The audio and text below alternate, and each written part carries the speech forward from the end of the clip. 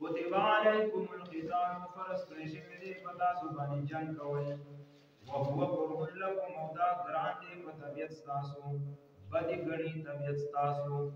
وعصاو کېدای شي ان تکرهو شیئا چې بد ګڼئ تاسو یو څیز لره وهو خیر لکم او غوره ستاسو دپاره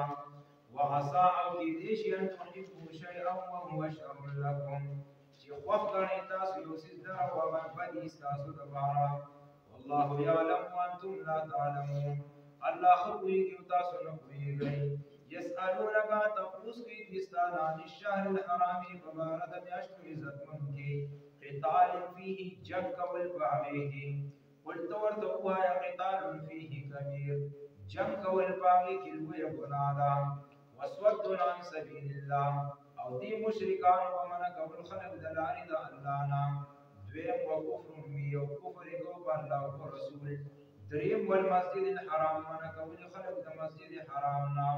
سلورم و اخراج اهله منه او استنیو د دې مسجد حرام اهل والا داغینا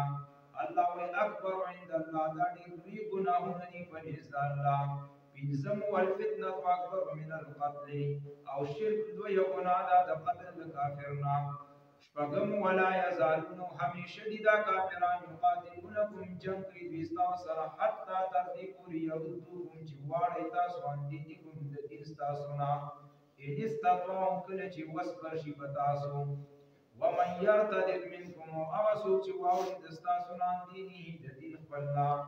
توبه وي نستل فیموت او د مړ شو نو هو کافر دی کافر دی فاولئک دغه کسان حبطت اعمالهم فی الدنیا والآخرة برباد دي عملونه د دوی په دنیا او آخرت کې اولئک اصحاب النار هم فیها خالدون او دغه کسان خاوندان د اور دي په اور کې همیشه ان الذين امنوا يقينا كسان چې ایمان راوړي والذین هاجروا كسان چې هجرت کړي وجاهدوا في سبيل الله او جهاد کړي په لار د الله کې اولئک دا کسان يرجون رحمت الله بي امید ساتي د رحمت الله